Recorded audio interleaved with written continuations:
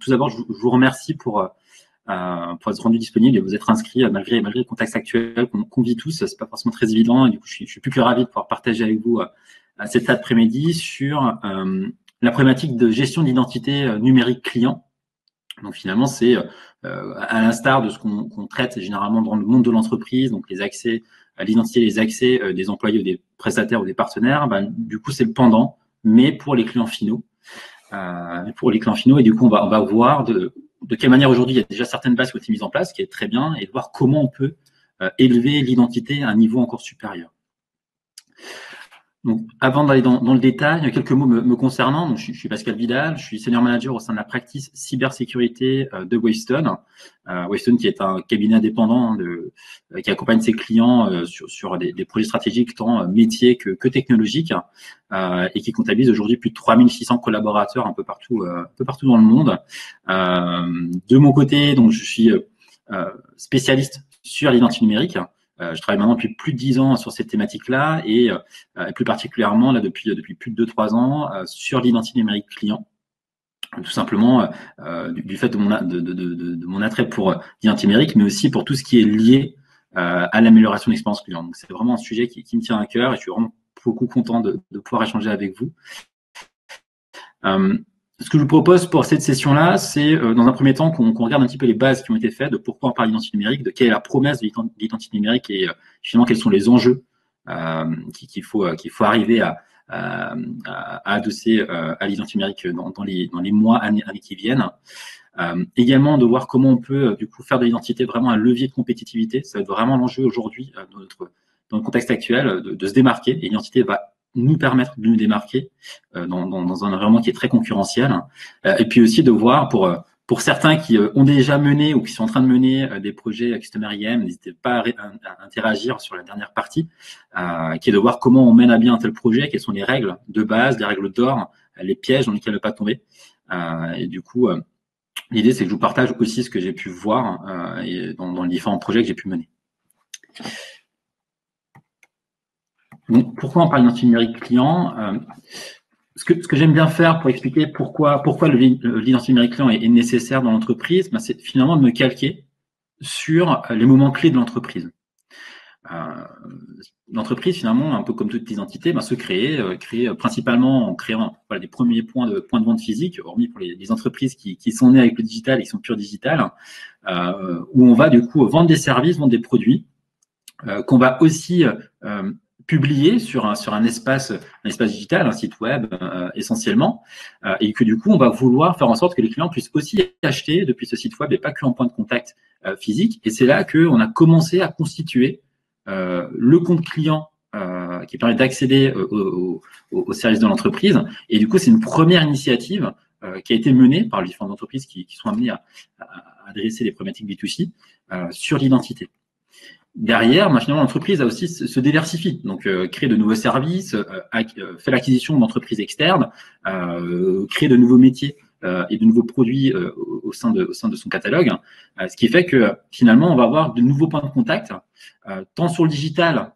Du coup, l'idée, une des initiatives identité qui a été menée jusqu'alors, c'était de fédérer les identités, donc faire en sorte qu'avec une identité, un compte en particulier, je puisse accéder à l'ensemble des applications de l'entreprise et aussi du coup de bénéficier du single sign-on, donc de l'authentification transparente sur les points de contact digitaux. Derrière, il y avait aussi certaines initiatives qui sont rattachées à des initiatives d'identité, qui est le déploiement de ce qu'on appelle des RCU, donc des référentiels clients uniques, qui avaient vocation, donc il faut voir ça comme des gros méta-annuaires, qui ont vocation à agréger de la donnée, qui viennent de points de contact digitaux, qui viennent de back-office physique, qui viennent de bases de données clients, pour essayer au travers d'un algorithme de déboulonnage, de rattachement de données, d'identifier un individu au sein du SI, mais un individu qui n'est pas identifié encore. Et derrière, un des moments clés des entreprises qui fait que ça a pas mal bougé sur l'identité, c'est le RGPD. Là, il fallait commencer à se poser des questions sur où sont les données de mes clients, quels sont les traitements qui sont réalisés dessus, comment mieux les maîtriser, comment donner accès aux clients à ces données-là et du coup de pouvoir lui aussi les maîtriser. Et finalement, on avait du coup une nouvelle approche, donc une nouvelle initiative qui était lancée, qui était de gérer des consentements et l'exercice des droits de manière opportuniste. Et finalement, se poser la question, plus globalement, de comment, dans la durée, mieux maîtriser les données de mes clients. Et finalement, toutes ces approches, entre guillemets, opportunistes, très unitaires, qui ont posé des bases essentielles de l'identité numérique client, finalement, elles manquent de liant, elles manquent de transversalité. Et ce qui fait qu'aujourd'hui, il est plus que nécessaire de basculer dans une stratégie qui est plus globale. Et cette stratégie plus globale, finalement, c'est l'identité. Concrètement, ça veut dire quoi? C'est-à-dire qu'aujourd'hui, jusqu'à aujourd'hui ou encore quelques temps, en fait, on avait des entreprises qui avaient plusieurs points de contact, donc des points de vente, des sites web, des applications mobiles, services après-vente, des partenaires, des tiers ou autres, qui créaient de la donnée et qui consolidaient de la donnée dans des bases clients au sein de l'entreprise, donc des bases plutôt marketing, CRM, CDP ou autres, des références à clients uniques, des bases de cartes de fidélité ou autres, finalement, qui discutaient tous entre eux. Et finalement, créer un maillage, donc ce que j'appelle un système un peu toile d'araignée, qui fait que, en fonction de la base, du point de contact qu'on sollicite, on allait avoir des informations qui étaient plus ou moins cohérentes, plus ou moins concordantes sur un même individu. Et chaque système pensait avoir la vérité sur ces données d'identité. Mais néanmoins, on n'arrivait pas à identifier de manière unique, non équivoque, un client au sein de ce SI client.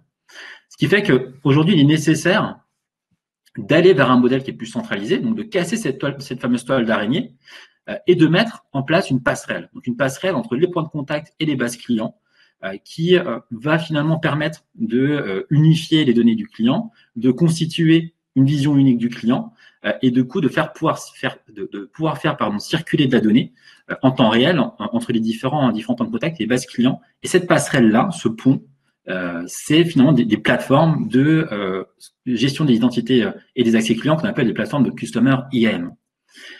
Et ces plateformes-là ont été créées au travers d'un marché. Hein, c'est pas non plus récent. Hein, l'identité numérique client, on en fait depuis plusieurs années, mais il y a un marché qui s'est constitué et qui avait une promesse qui était au travers de cette plateforme-là, de mieux capter de la donnée, donc de pouvoir s'interfacer beaucoup plus simplement avec des points de contact, même des points de contact qui sont qui sont complètement externes, comme des réseaux sociaux, par exemple, pour capter de la donnée client, de mieux fiabiliser la donnée, donc de constituer cette vue unique de l'identité et du coup de pouvoir aussi mettre en qualité la donnée client et surtout de maîtriser la donnée.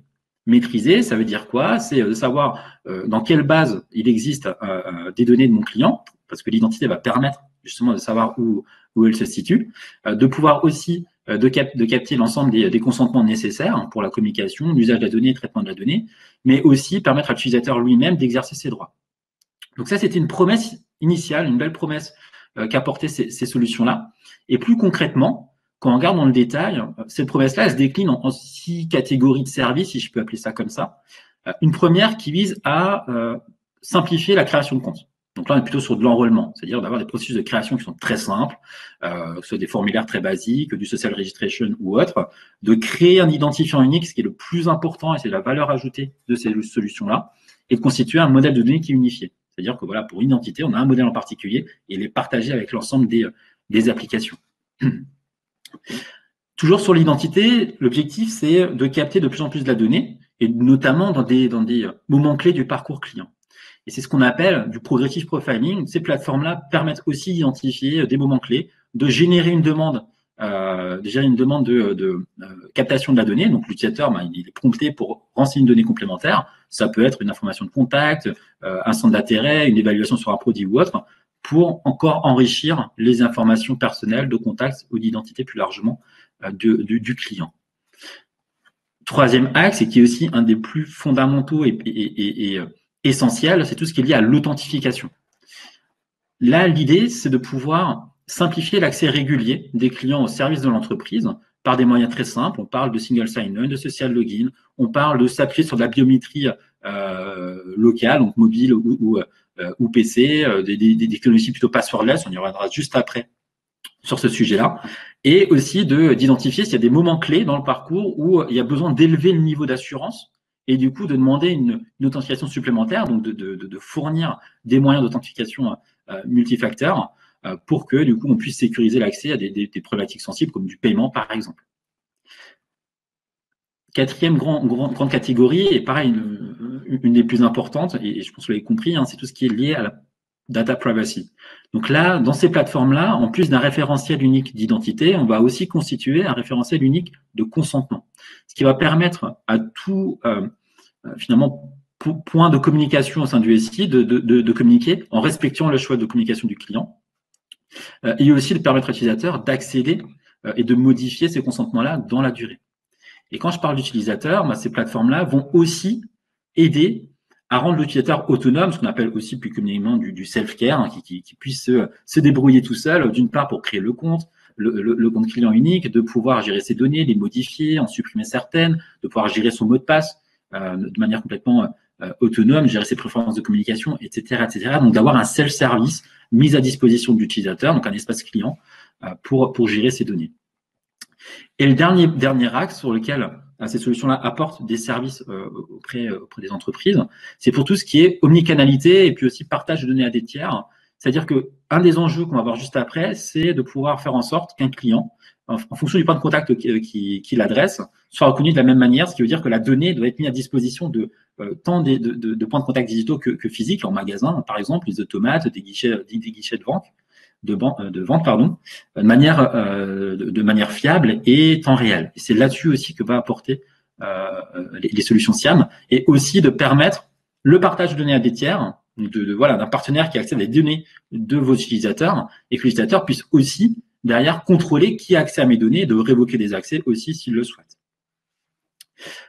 Et ce qu'on constate, c'est que finalement les bases qu'on a évoquées avant, aujourd'hui, le marché est hyper mature, c'est-à-dire que les solutions sur le marché répondent parfaitement à ces besoins-là, intègrent les dernières innovations, intègrent les derniers protocoles, les dernières bonnes pratiques d'expérience utilisateur, et les clients, globalement, sont attaqués principalement tout de suite à tout ce qui a trait à l'authentification et puis au compte client, et puis aussi plus récemment sur tout ce qui est data privacy. Donc là, il y a vraiment un gain en maturité assez important et des bases qui aujourd'hui, j'estime, être maîtrisées par le marché et par les clients. Néanmoins, il y a les trois autres axes qui sont progressive profiling, l'omnicanalité et puis le self-care, sur lequel le marché est en train d'y travailler, en train d'apporter des réponses, apporte déjà des premières réponses. Quand je dis le marché, c'est vraiment les solutions du marché. Donc des services qui sont mis à disposition et qui sont en train d'être complétés. C'est vraiment là-dessus où les éditeurs sont en train d'investir un maximum parce que ce sont des sujets qui émergent chez nos clients, notamment l'omnicanalité qui est vraiment un enjeu extrêmement fort pour nos clients, où là-dessus, il y a des réflexions qui sont en train de mise en place, les parcours sont en train d'être revus pour les rendre omnicanaux plutôt que segmentés digital, physique, et du coup, l'identité numérique client doit répondre, et plus largement, ces plateformes-là doivent répondre à ces enjeux. Et quand je parle des enjeux, finalement, c'est qu'on a des bases qui ont été mises en place aujourd'hui pour traiter de manière très opportuniste certains besoins. Néanmoins, ça ne suffit plus. Ça ne suffit plus parce qu'on est aujourd'hui dans une situation où, excusez-moi la mauvaise blague, mais où on a un virus qui est enfin bénéfique pour l'informatique, entre guillemets, ou pour l'entreprise, qui finalement, du fait qu'on a été confiné, du fait que on ne pouvait plus acheter comme avant, du coup, les entreprises ont dû adapter leur business model, leur manière de fournir des produits, de vendre des produits, et du coup, ont dû accélérer des initiatives digitales, innover sur le digital, et ce qui fait que j'estime, en 6 mois de crise sanitaire, les entreprises ont vraiment gagné pour certaines près de 2 ans de maturité sur ces problématiques-là, ce qui est quand même très, très, très important, ce qui nécessite aussi de moderniser les parcours, et l'identité doit aussi aider à moderniser ces parcours-là. Deuxième point, et ça c'est, je pense que s'il y a des populations plutôt publicité marketing dans la session, je pense que vous êtes très au fait de ça, c'est qu'il y a aussi une guerre contre les cookies tiers, donc par les grands acteurs comme Google qui d'ici 2022 veulent supprimer l'usage de ces cookies-là, ce qui fait qu'il y aura un besoin essentiel d'internaliser ou de renforcer l'internalisation plutôt de la connaissance client, et l'identité va aussi aider à remettre la main sur la connaissance client et de capter encore plus d'informations et de mieux connaître les clients. Troisième axe, c'est l'omnicanalité, ce que je vous évoquais juste avant, c'est de faire en sorte que le client est reconnu de la même manière en tout point de contact et du coup qu'on évite une cassure dans le parcours, qu'on ait un parcours qui soit de bout en bout. Un exemple très concret qu'on voit de plus en plus aujourd'hui, c'est de pouvoir commencer un achat en ligne, de le mettre dans le panier, réserver le panier et du coup d'aller en magasin, le récupérer et faire le paiement. Et du coup, d'avoir un pivot qui permet justement de passer du digital au physique, qui est l'identité, ça va aider à accélérer sur ces initiatives-là. Et le dernier point, pardon, c'est la concurrence. C'est qu'aujourd'hui, on vit dans un monde très concurrentiel, des marchés très concurrentiels. On a de plus en plus de nouvelles technologies, des objets connectés qui sont de plus en plus démocratisés. On a des géants du e-commerce qui sont hyper agressifs, sans les nommer comme Amazon ou Alibaba, qui sont très agressifs, qui ont déjà une bonne vision de comment valoriser la donnée client et du coup de comment s'appuyer sur l'identité. Il va falloir les contrer.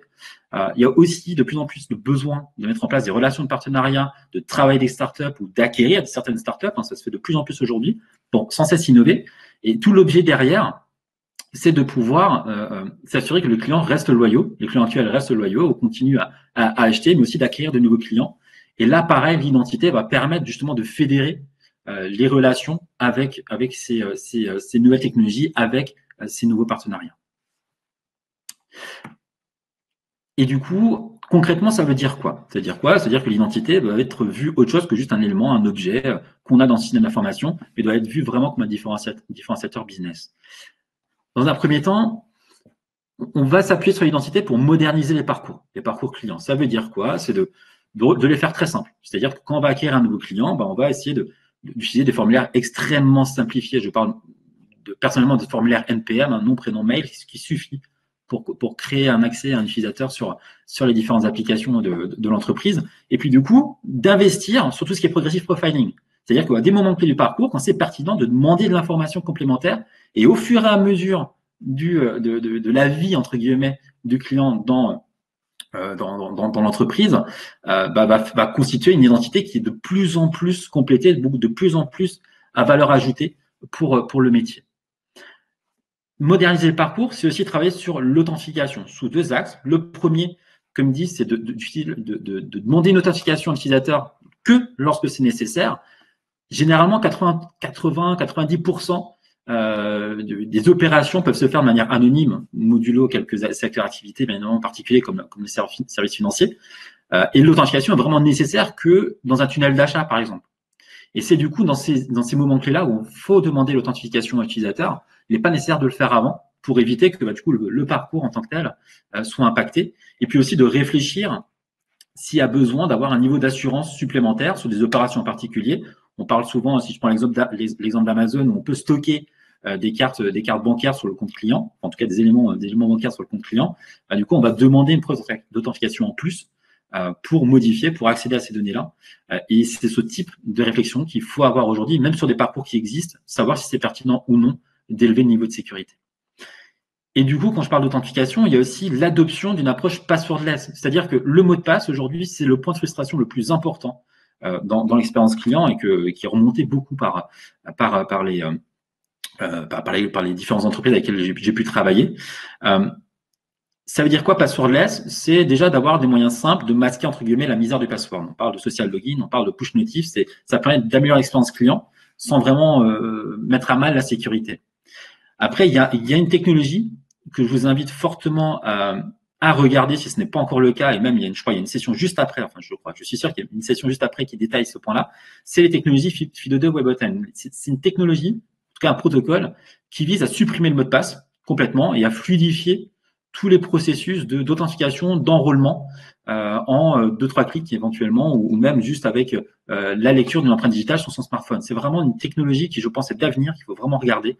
N'hésitez pas à regarder la session juste après qui détaillera plus largement le principe. L'identité, c'est aussi ce que j'appelle un objet qui est connecté. Ça veut dire connecté au sens large. C'est pas comme un IoT, mais c'est plus largement. C'est que, en fait, vos clients utilisent de plus en plus le mobile. Le mobile est, et j'insiste sur le est, c'est vraiment aujourd'hui, c'est le présent, entre guillemets, le sac à main de vos clients. C'est-à-dire qu'on va tout faire avec le mobile. C'est le paiement, l'authentification, la consultation de données, l'accès à son espace de fidélité, stocker différentes cartes de fidélité, etc. Il faut revoir les parcours, intégrer l'identité dans une approche qui est mobile first, et encore plus aujourd'hui, c'est très, très important d'y aller. Si vous ne l'avez pas encore fait aujourd'hui, il n'est pas trop tard. Si vous ne songez même pas à l'intégrer dans vos réflexions, très nettement, je pense que c'est une erreur. Et là-dessus, l'identité peut vous aider à y aller. Et deuxième point, c'est que finalement, l'identité est connectée, mais elle est aussi connectée à des objets qui eux-mêmes sont connectés. Les objets connectés sont finalement des sources d'informations importantes sur vos clients.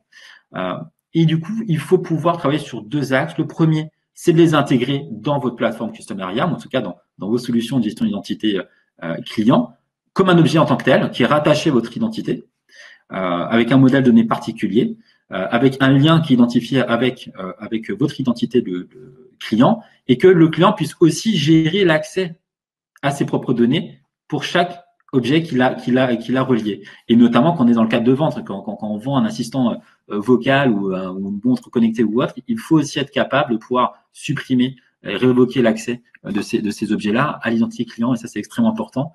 Et c'est un sujet qui est de plus en plus d'actualité, de s'interfacer avec les objets connectés, enfin d'interfacer en tout cas l'identité numérique client avec des objets connectés. Et le troisième point, c'est que votre identité, elle est connectée, mais aussi à d'autres identités. Et ça, on l'oublie souvent. C'est-à-dire que on va traiter de manière très, très unitaire l'identité d'un client particulier. Derrière, il y a les relations entre individus. On va pouvoir adosser du parrainage. Donc, c'est le fait de pouvoir recruter plus de clients en créant de nouvelles identités qui sont rattachées avec un lien de parrainage avec une autre identité, de pouvoir constituer des groupes de familles, de centres d'intérêt, et du coup de compléter le modèle d'identité avec ces informations-là, qui font que derrière, vous allez pouvoir adosser de nouveaux parcours. Je parle beaucoup de parcours parce que c'est le terme qu'on utilise quand on parle de gestion, de Customer IAM, on parle plutôt de processus quand on est sur l'identité traditionnelle. Du coup, pour revenir, donc des parcours de type de pouvoir partager un panier, par exemple. Voilà, on est entre compagnons, entre familles, on peut partager un panier pour choisir les produits. Et derrière, donc chacun peut accéder à ce panier-là et du coup, quelqu'un valide la panier. On peut aussi, par exemple, valider une opération d'une personne de groupement. Ça peut être valider un paiement, ça peut être valider, je sais pas, par exemple, la réservation d'un taxi pour son enfant. Et du coup, le fait de créer des relations entre identités permet de justement gérer ce type de use case-là. Donc, il faut vraiment pas oublier que l'identité, c'est un objet qui est connecté aussi, et sous toutes ses composantes. Troisième point, c'est l'enjeu très important qu'il y a autour des entreprises aujourd'hui, c'est l'omnicanalité. Je pense que vous l'avez compris, l'identité, c'est un vrai pivot, c'est un pivot qui est essentiel pour réconcilier les deux mondes. D'une part, pour faire en sorte que le client il est aussi bien reconnu dans le monde digital que dans le monde physique. Quand je vais en magasin, le magasin a les dernières informations en date, qui soient synchronisées, que le magasin puisse aussi récupérer des informations en temps réel sur mon identité, mes données de contact, mes données d'adresse, mes données de préférence qui sont stockées dans ma plateforme SIAM sur mon identité, doit pouvoir aussi créer des comptes dans la plateforme SIAM, et ce de manière non intrusive. On va s'appuyer sur les API du SIAM pour les intégrer dans vos systèmes de points de vente physiques. On parle d'automates, on parle de caisses aussi, on parle de guichets de vente. Tout ça peut être adossé au SIAM, et c'est important de bien l'avoir en tête parce que ça va permettre du coup de réconcilier deux mondes. Le deuxième point, vous l'avez compris, on est dans une accélération des initiatives digitales. Ça veut dire quoi? Ça veut dire qu'il faut que vous ayez un maximum de clients qui soient entre guillemets digitalisés.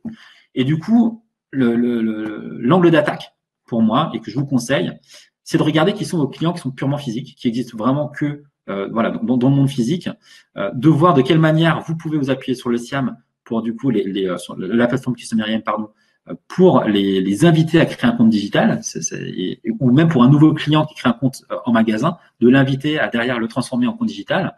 Ça se fait très simplement avec une plateforme Customer IAM. En fait, on va avoir dans ces plateformes-là des processus qui sont préconfigurés, qui sont embarqués, et des processus de validation de compte. Donc, on peut imaginer que quand je vais en magasin et que je crée un compte client en magasin, du coup, j'existe dans la base du magasin, donc dans le référentiel client du magasin, dans la base client plus largement de mon SI client, dans mon référentiel client unique aussi. Mais du coup, je vais recevoir un email qui m'invite à finaliser mon compte. Donc, je peux derrière, via cet email-là, atterrir sur la page de création de compte digital, ou en tout cas de complétion du compte qui a déjà été créé, et du coup, de me transformer en compte digital. Et ça, le SIAM peut le faire de manière, c'est des choses qui sont embarquées de manière très simple sur un appel vers un endpoint API. Et le dernier point, pour créer vraiment ce pont entre les deux mondes, c'est de faire en sorte que le digital s'invite dans vos points de contact physiques. Ça veut dire quoi? Ça veut dire, comme je l'évoquais avant en exemple, de faire en sorte de commencer un parcours dans le digital comme je prends l'exemple d'un achat de vêtements, par exemple. Hein, je le réserve, c'est dans mon panier, je le réserve dans un point de collecte physique qui est préidentifié. Quand je vais dans ce point de collecte physique préidentifié, je pourrais m'authentifier, soit depuis une application mobile du coup de la marque, soit depuis un automate, soit directement auprès d'un assistant en vente, avec mon compte client unique. Et ce compte-là, c'est celui qui est hébergé dans la plateforme Customer IAM. Donc, véritablement, l'identité va permettre de créer ce pivot-là. Et ça doit être un des éléments essentiels qui va être regardé quand on est sur une approche omnicanal. Et le dernier point, c'est que l'identité, c'est vraiment très bien de bien la gérer quand on est dans son écosystème, mais surtout quand on est au-delà. C'est-à-dire que l'identité, ça doit être le passeport de vos clients, ça doit être la marque de vos clients au-delà de votre écosystème ou dans votre écosystème, on va dire concurrentiel même. Vous devez pouvoir, grâce à vos solutions Customer IAM, de pouvoir fédérer vos clients avec vos partenaires, c'est-à-dire créer des liens de fédération d'identité. Vous allez devenir fournisseur d'identité pour des tiers. Et souvent, on le market sous un nom, le nom de la marque Connect, hein, comme un Facebook Connect. Mais ça doit être un levier pour vous, d'une part, de maîtriser l'accès de vos clients, de savoir où ils accèdent et surtout de sécuriser les accès qui sont faits par des tiers à leurs données. Et ça, c'est le deuxième point, c'est que finalement, travailler avec des partenaires, c'est forcément donner accès à des données, il faut pouvoir les scoper, de pouvoir mettre des périmètres d'accès pour chaque partenaire, pour éviter qu'ils accèdent à plus de données qu'ils le devraient. Et surtout aussi de permettre aux clients, de manière complètement autonome, de visualiser un peu si vous prenez l'exemple de Facebook, ou quand vous créez un compte avec votre compte Facebook, du coup, si vous allez sur la configuration de votre compte Facebook, vous allez voir toutes les applications avec lesquelles vous avez créé un compte grâce à votre compte Facebook. Là, ça va être la même chose. C'est que dans l'espace client de votre client sur vos sites web ou applications mobiles, vous devez pouvoir leur montrer qui sont les tiers pour lesquels un compte a été créé grâce à leur compte de votre marque.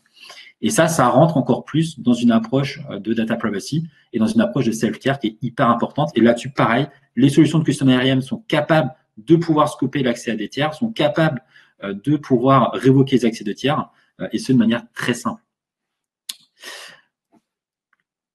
Du coup, en fait, ce sont des enjeux qui sont hyper ambitieux, des enjeux qui donnent envie de lancer des projets. En tout cas, moi, ça me donne envie de lancer ce type de projet-là. Mais du coup, il faut le faire correctement. Et ça veut dire quoi, mener correctement un tel projet de Customer IAM? C'est, je ne vais pas être hyper disruptif là sur ce slide-là, pour le moment en tout cas.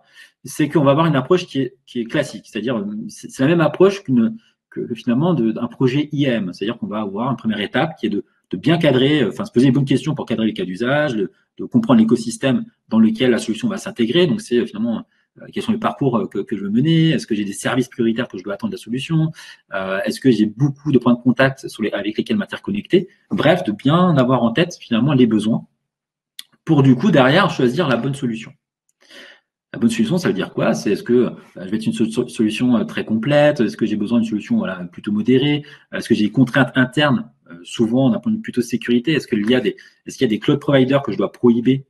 Souvent, quand on est dans le retail, on prohibe l'usage d'AWS pour certains acteurs. Ce sont des choses qu'il faut bien avoir en tête, qui sont structurantes pour le choix de la solution. Également, comment je souhaite administrer la solution. Est-ce que je veux internaliser la compétence en interne ou pas? Si oui, est-ce que la solution est suffisamment packagée pour l'administrer facilement? Ça, ce sont des points qu'il faut vraiment aussi se poser quand on choisit la solution. On viendra dans le détail de chacun de ces points-là juste après. Et derrière, il y a le projet. Donc, le projet, c'est finalement, est-ce que j'ai le bon niveau de mobilisation? Quel périmètre je veux déployer, soit sous l'angle service, soit sous l'angle application, quelle est ma stratégie de migration de données, etc., etc. Donc, ça, c'est une démarche relativement classique. Pour ceux qui ont mené des projets IAM traditionnels, c'est des démarches qui sont aussi menées. Là où je vais être disruptif, entre guillemets, c'est ici. C'est-à-dire que, plus que jamais, pour choisir la bonne solution Customer IAM, je vous recommande, et s'il vous plaît, vraiment, faites un effort là-dessus, c'est de bien cadrer les cas d'usage, de bien comprendre l'écosystème et de bien comprendre la place de la solution dans votre écosystème. Parce qu'on verra juste après, les solutions, il y en a énormément sur ce marché-là. Elles ont toutes leurs qualités, elles ont toutes leurs défauts.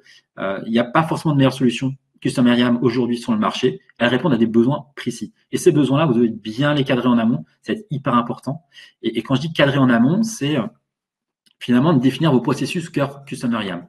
Ça veut dire quoi? C'est de réfléchir, ce que je recommande souvent, à 3 enjeux. Hein.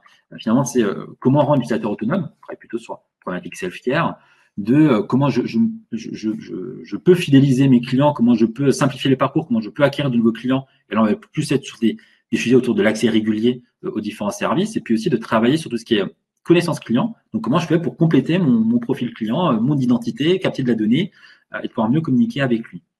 Ça veut dire quoi d'un point de vue identité? En fait, c'est 4 grandes thématiques qu'il faut adresser. Donc là, j'ai mis quelques exemples pour un petit peu vous donner du relief, mais ça ne vise pas l'exhaustivité. Mais pour moi, il y a vraiment 4 points qui sont essentiels. C'est qu'est-ce que vous voulez faire du compte client, tant dans la création, dans sa gestion au quotidien, dans les liens entre les différentes identités, comment vous souhaitez capter de la donnée, etc. Donc, définissez des parcours déjà pour traiter ça, qui va vous permettre d'adresser le volet identité. Derrière, il y a le volet authentification. Donc ça, c'est l'accès régulier à mes services.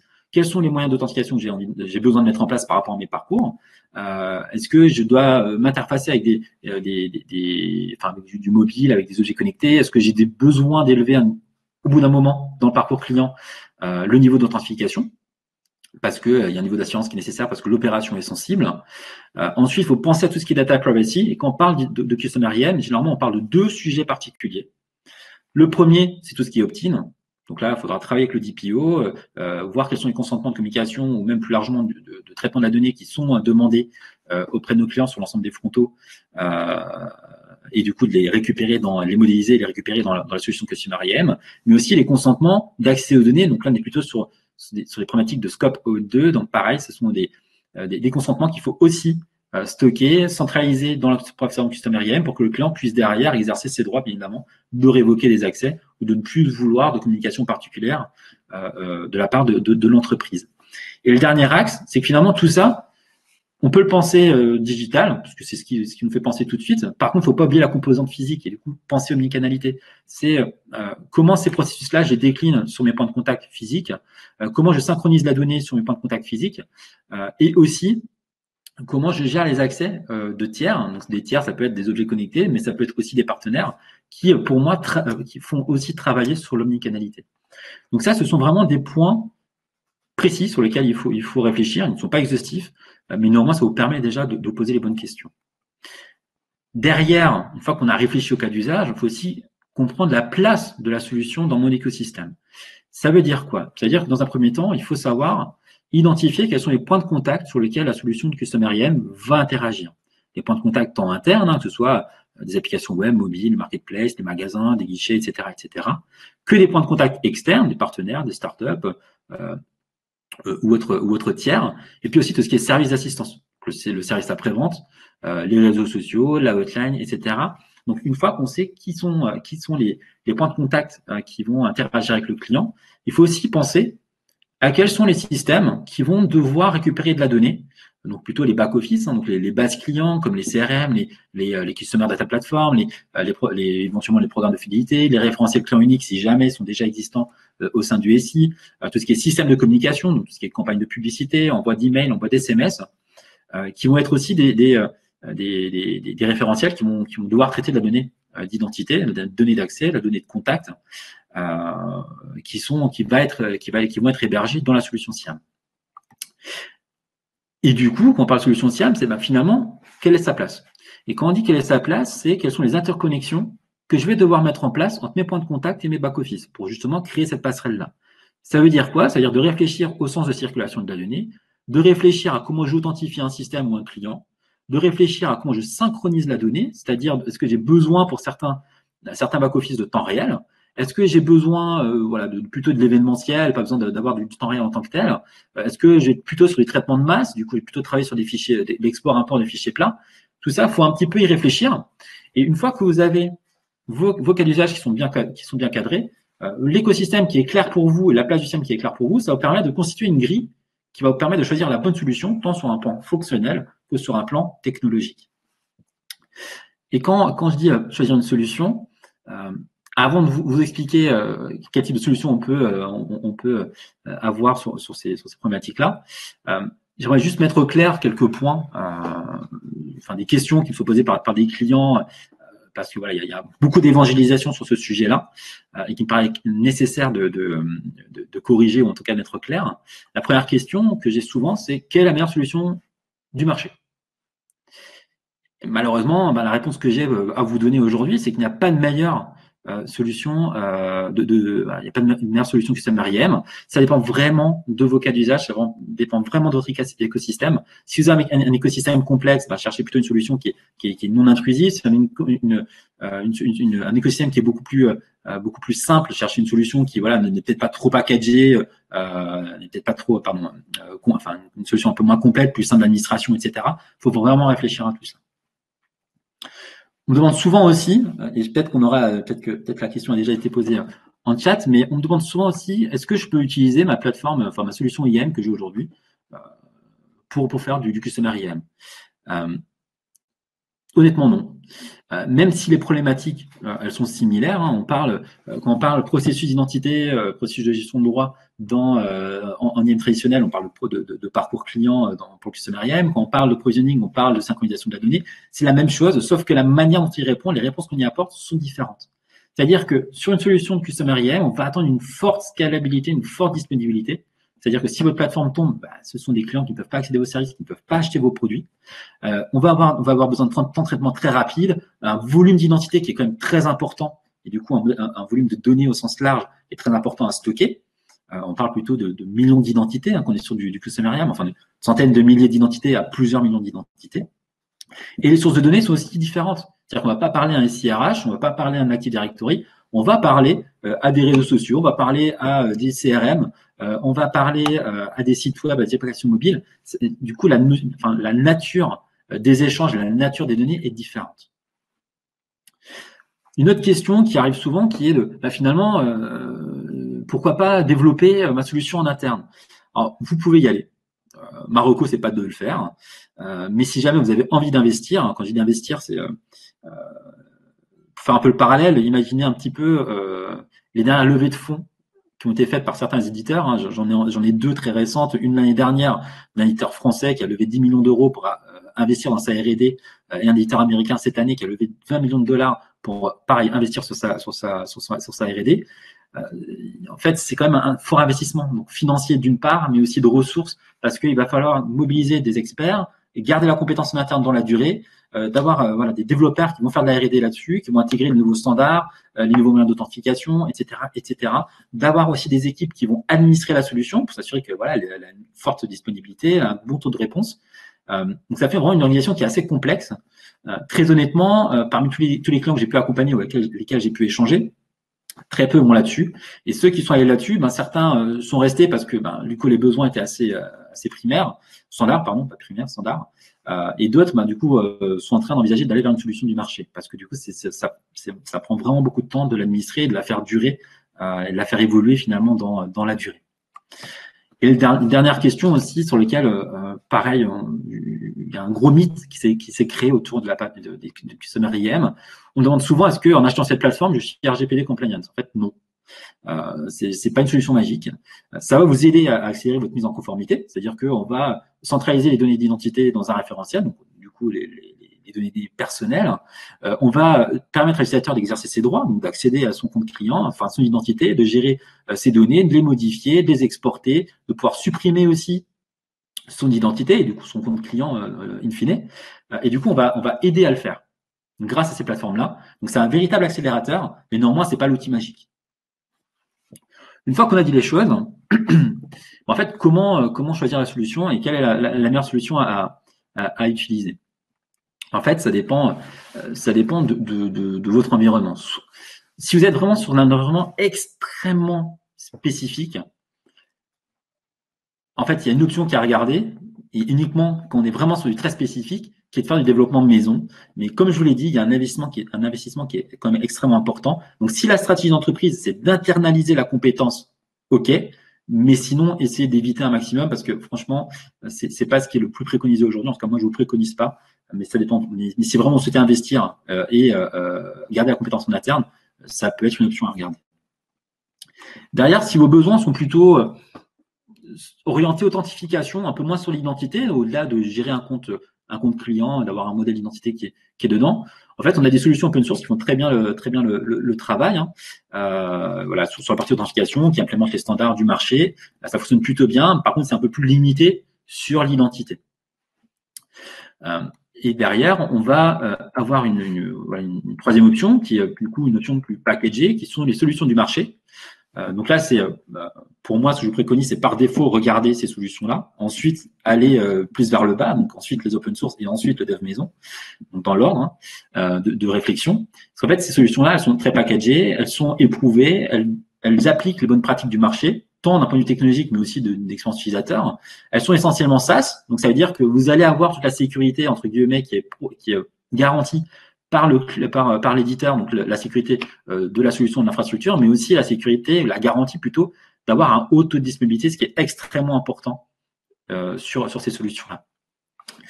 Et néanmoins, c'est pas simple. C'est pas simple de choisir la bonne solution du marché parce que le marché aujourd'hui est très concurrentiel, enfin très éclaté, très hétérogène. On a des solutions. Moi, je mets plutôt 4 catégories d'éditeurs, en tout cas d'acteurs sur ce marché-là. Des acteurs qui sont orientés marketing, donc ceux qui ont créé le marché et sans être très exhaustif, mais en tout cas pour vous mettre des noms derrière.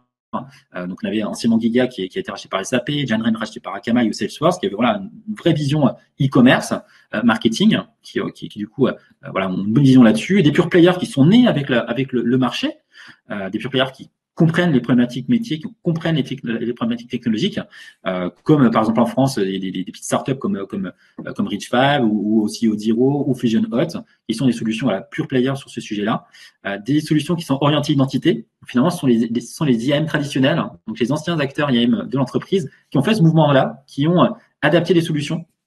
D'une part, pour adresser les problématiques Customer IAM, mais aussi pour aller adresser le mouvement vers le SaaS, qui est un des besoins essentiels sur ces solutions-là. Et puis ensuite, ce que j'appelle les opportunités, donc comme du Ping, comme du ForgeRock, comme du IBM ou autre.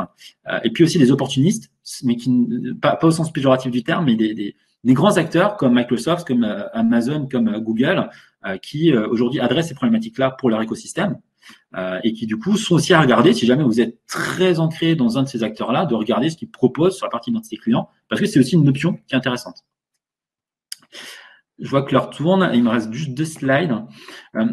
Pour mener à bien ces projets-là, il y a 5 règles d'or que je vous préconise, en tout cas que je vous demande de faire très attention et d'être vigilant. Le premier, c'est qu'un projet de Customer IAM, c'est un projet d'entreprise. Ça embarque beaucoup de parties prenantes. C'est-à-dire qu'on va parler avec du digital, avec du marketing pour tout ce qui est parcours client, avec le DPO pour tout ce qui est consentement data privacy, avec la sécurité pour tout ce qui est sécurisation de l'infrastructure, avec les responsables front ou back office, les développeurs applicatifs pour l'interconnexion SIAM. Donc ça nécessite quand même d'embarquer beaucoup de monde. Donc avec un vrai travail de mobilisation. Deuxième règle, c'est de ne pas vouloir tout faire tout de suite. C'est-à-dire essayer de penser MVP.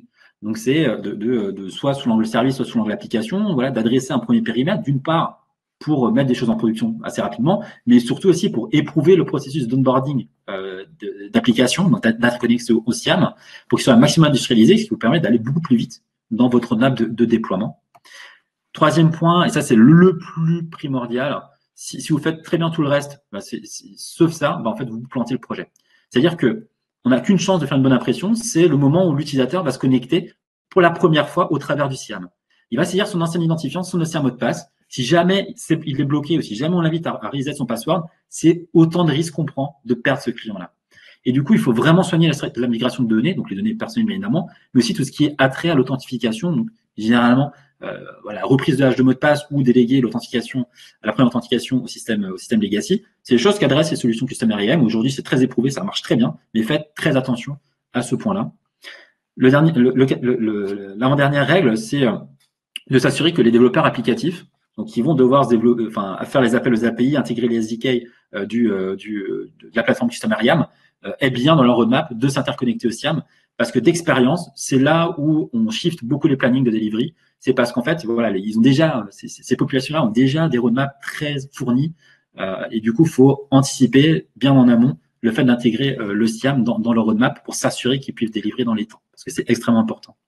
Et le dernier point, c'est bien communiquer auprès de vos clients, c'est marketer le compte client unique, leur expliquer l'intérêt que ça a, l'identité unique, l'intérêt que ça a. Et aussi, quand il y a des fonctionnalités voilà, qui sortent des habitudes quotidiennes, comme par exemple FIDO2 pour le passwordless, bien communiquer dessus, quel est l'apport, comment ça fonctionne, parce que du coup, les technologies, les nouvelles technologies, on sera capable de les déployer. Par contre, il faut bien accompagner vos clients. Voilà. Pour terminer, juste un petit wrap-up, donc des éléments à bien avoir en tête pour réussir son projet Customerium et même pour élever le niveau d'identité numérique client, c'est que la solution de Customerium, c'est une solution d'identité, c'est pas une solution de marketing. On va pas faire d'analytics, on va pas faire du profiling, on va pas faire de marketing automation, c'est vraiment de l'identité. Donc exit un peu ces a priori de solutions marketing. Le compte client unique, c'est un standard, c'est même une feature, si je puis dire ça comme ça, fonctionnalité de l'expérience utilisateur. Donc, il faut vraiment se pencher dessus si vous n'êtes pas encore allé dessus. Donc, d'autant plus, il est urgent de repositionner l'identité dans toutes les stratégies digitales, mais aussi omnicanal. Vous l'avez compris, ça a énormément d'apports, ça peut aider fortement l'entreprise à atteindre ses ambitions. Et ça, du coup, il faut choisir la bonne solution. Il n'y a pas de meilleure solution. Ça dépend vraiment de votre écosystème, de vos cas d'usage. Et bien en tête qu'un projet Customerium, c'est un projet d'entreprise. Il faut embarquer du monde, il faut communiquer. Donc, il faut vraiment anticiper et soigner vraiment le pilotage global du projet.